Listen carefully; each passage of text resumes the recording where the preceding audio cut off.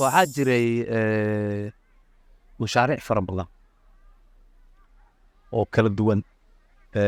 ujeedooyin kala duwan u lahaa. waxaa jiray mashaariic wax soo saar oo loogu talagalay inay wax soo saaraan. mashaariicdaas waxaa ka mid ahaa mashaariicda bariiska oo Baaraweyne iyo Faanoole. waxaa ka mid ahaa mashruucii bambeelmada oo 3,000 ilaa intaasoo hektar u gaarayay. waxaa ka mid ahaa mashaariicda kale oo mashruuc la dhihi jiray kobcinta miraha beeraha. marka waxaa mashaariic badan oo aad iyo aad u fara badan. waxaa kaloo jiray mashaariic adeegaa jiray oo iyaga service ahaa. waxaa ugu weynaa mashruucaas mashruuc la dhihi jiray AFMET oo af Ingiriis la soo gaabiyaa oo ah Agricultural Farm Management and Extension Training Project. marka Soomaali ahaan waxaa iska niraanaa annaga mashruuci filinta. mashruuc aad u ballaaran ahaa oo adeeg ah oo ka shaqayn jiray waxyaabaha cilmi baaris lagu helo inay beeralayda gaarsiiyaan. mashruucaas wuxuu ka jiray ilaa 8 gobol laga soo bilaabay Hiiraan, labada Shabeelle, labada Jubba, Baay iyo Bakool. wuxuu mashruuc aad u ballaaran runtiina wax soo saarkii iyo beeraha quutul daruuriga sida masagada iyo galleyda iyo sisinta heer gaarsiiyey. waxaa la dhihi karaa 30% markaad statistics dib ugu noqoto inuu ku kordhiyey wax soo saarkaas ugu kordhiyey. wuxuu ka yimid marka ugu horeysa in beeralayda la baro optimum time, waqtiga ugu wanaagsan oo in other word waxaa la yidhahdaa date of sowing, in la baro waqtiga ugu wanaagsan wax la beeri karo in la baro iyo farsamada wax beerista. tusaale ahaan markaan soo qaadno waxyaabaha la bari jiray waxaa ka mid ahaa in ay waxa safsaf u beeraan. taas waxay sahlaysaa markaa in lagala dagaalo si sahlan loogula dagaalo pests and diseases oo daawada si sahlan loo siin karo. waxay kaloo keenaysaa in beerta lafteeda wax ay hesho wax aeration la yiraahdo oo macnaha inay beerta isku gubanin oo dabayl hesho oo spacing fiican hesho. waxaa kaloo faa'iido ahayd in la qiyaasi karo beerta yield ka soo baxay maadaama la ogyahay populationka tirada iyo waxaas la ogyahay. laakiin marka farsamadaas la keenay inta la keenay ka hor beeralaydu waxay isticmaali jireen wax oo la yiraahdo furnace ama wax la yiraahdo room oo runtii ahayn wax maaragtay spacingkoodu isku mid yahay oo wax soo saarkan aad iyo aad hoos u dhibay. waxaa kaloo laga caawiyey oo very important ahayd iyadana xulashada abuurka. maxaa yeelay abuurka isku size-ka ah oo isku nooca ah wuxuu keenaa crop isleeg oo dherarka isleeg wax isleeg. laakiin haddii oo abuur kala duwan for example galleyda tusaale soo qaado haddii sabuulka laga soo qaato abuurka ugu koreeyey iyo kan ugu dambeeyey waxaa imaanaya abuur kala duwan. marka la beerana isku si uma koraan waa kala duwanaan. taas waxay keenaysaa marka in uu dhibaato ka timaado xagga yiilka inay ka timaado. waxaa kaloo la baray aad loo baray waxyaabaha package la yidhahdaa oo tacabka beeraha. waxaa ka mid ahaa waqtiga saa hore usoo sheegay beerista ka sokow waqtiga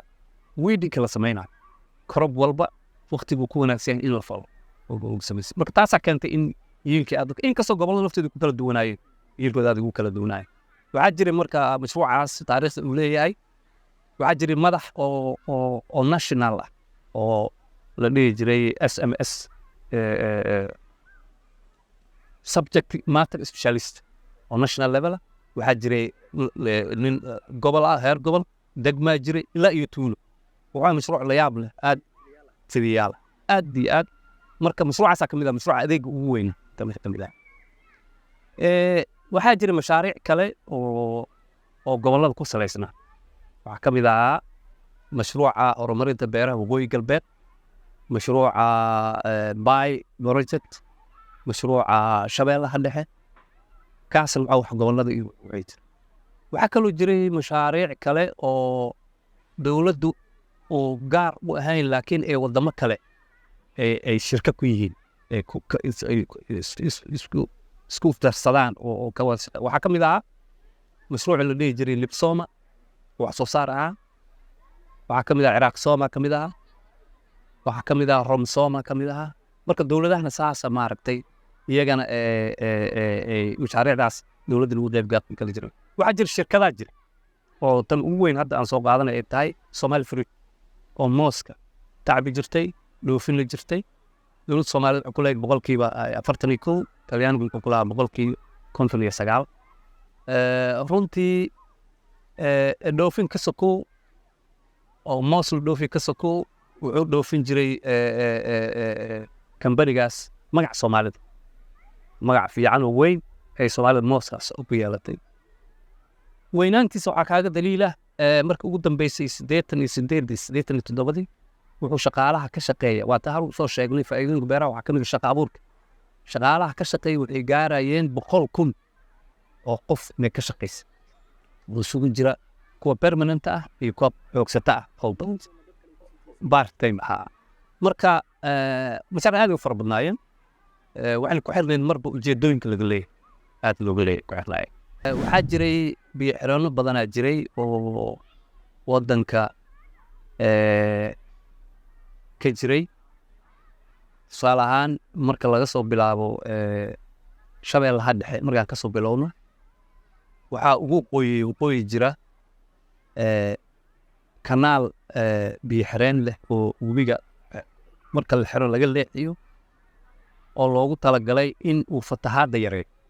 marka webiga buuxsamo in biyahaas lagu daayo waxaa meel biyo xireen waxaa la yidhaahdaa duduble kanaal waxaa kaloo Soomaaliya iska tiraahdaa Chinese kanaal kanaalka Shiinaha iska yidhaahdaan kanaalkaas wuxuu ka mid yahay kanaalada aad iyo aad muhiimka u ah in la yareeyo fatahaada wuxuu ahaa flood diversion canal markii ugu dambeysay waxaan qiyaasaa in la dayactiray oo dadka ay isxilqaameen maadaama flood diversion ahaana in markii dambe kanaalo kale laga bixiyo xataa in waraab ahaan loo isticmaalay maadaama uu ilaa iyo walaweyn agagaarkeeda u tagaad markaa soo degto waxaa ku xigay waxaa imaanaysaa Jowhar meel la yiraahdo waa ingiriiska weir la yiraahdaa water weir waxa waaye annaga xintooy aan leeyahay waa webiga oo darbi lagu dhisay dhinacaas jaranjaro uu ku leeyahay dhinacana jaranjaro uu ku leeyahay Talyaaniga dhisay waa Talyaaniga la dhisay wuxuu sameeyaa dhismahaas biyaha markay soo koraan ay soo bataan wixii oo dhagax ka koreeyay waa soo gudbaa hadday yaraadaan saacidi marka ilaa iyo hadda waxaa ku waraaba kanaalo badan oo Jowhar ku yaal waana sababta Jowhar u suura gelisay inay noqoto magaalada kaliya hadda bariis laga beero biyahaas joogtada ah maadaama bariisku badhi raaysi yahay oo biyo lagu xiro wuxuu baa biyo joogtaa waxa uu hirgeliyay waxa la yiraahdaa intooydaas loo dhisay waxaana ujeedada ugu horeysay oo loo dhisay in warshadii sokorta isnaay biyo laga siiyo beeraheeda biyo saas looga siiyo markaa soo socoto waxaa imaanaysaa balcad intaada gaarin waxaa jira kanaal la yiraahdo biyo xiran Sabuun oo ku yaala tuulada Sabuun oo biyo xiran weyn ah 8 la dhameystiray waa biyo xiranka ugu muhiimsan biyo xirankaas wuxuu leeyahay kanaal dhowr iyo 20 mitir ah oo webiga ka leexanayo kanaalkaas marka biyo xiranka la xiro biyaha waxay geeyaan meel haro weyn ah oo la qoday haradaas oo marka webiga biyo badan wado fatahaad ay jirto biyaha lagu kaydiyo meeshaas lagu hayo waa haro weyn waxaa lagu qiyaasaa wareegeeda 44 kilomitir qotadana waxaa lagu qiyaasaa oo dhexdhexaadka average depth waxaa lagu qiyaasaa ilaa 3 mitir marka waxaa la yiraahdaa 28 ilaa 29 milyan oo fuusto oo biyo ee haltaas qaada marka waxaa la samayn jiray marka uu jiilaal dhaco oo webiga u dhaco waxaa la soo furi jiray biyahaas webiga lagu soo shubi jiray markaas waxaa ka faa'iideysan jiray beeraha koonfurta siba kuwa mooska iyo azendooyinka iyo waxaas oo dhan biixireenkaas maca asif iyadoo 2019 iyadoo la dayactiri raba ooga un problem ammaan darro dhacay weli sidiisii uu yahay wax laba dayactirin kadib waxaa jira biixireenka oo la yidhaahdo mashruuc horumarinta waraabinta balcad oo asagana ka mid a biixireenada waaweyn oo runtii wax weyn ka geystay horumarka beeraha iyo yaraynta fatahaadaha mashruuca asagana waxaa la furay 80kii waxaa loogu talagalay marka hore in 10,000 hektar uu waraabiyo laakiin waxaa la diyaariyey ilaa 2,000 hektar waxaana loogu talagalay markaas in lagu beero waxyaabahan oo saliidda geedaha saliidda sisinta sunflowerka iyo suuf laakiin muddo kadib markii uu xoogaa dhibaatooyin xag farsamo ay timid waxaa la go'aamiyey in shaqaalihii dowladda qaarkood iyo beeraleydii qaarkood lagu wareejiyo ay taqadaan waa shaqeeyaa hadda mashruucaas dhowr maraa la dayactiray waa shaqeeyaa biyaan qaybiyaa wixii waqooyi ka jira asaga iyo wixii koonfurta saasuu feesha waxaa jira biixireenno kala badanaa jiro kan jarnaalaa jiro waxaa jiro farxaanaa jiro waxaa jiro maxaa la yidhahdaa kurtuwaare barrage waxaa jiro sablaala barrage laakiin barrage yar waa sida kuwan waaweyn oo kale maaha waxaa ugu dambeeya tagaynaa marka hawaaya jabsan waxaan tagaynaa jubbooyinka markaa tagno kiifaanolaa jira asagana saasoo kale marka runtii si loo ogaado xaaladooda oo dhabta ah waxay u baahan tahay in sahan la sameeyo laakiin runtii aad uu maaragtay uga arad baxsanaa waddanka yacni dhismooyinkaas biyaha celiya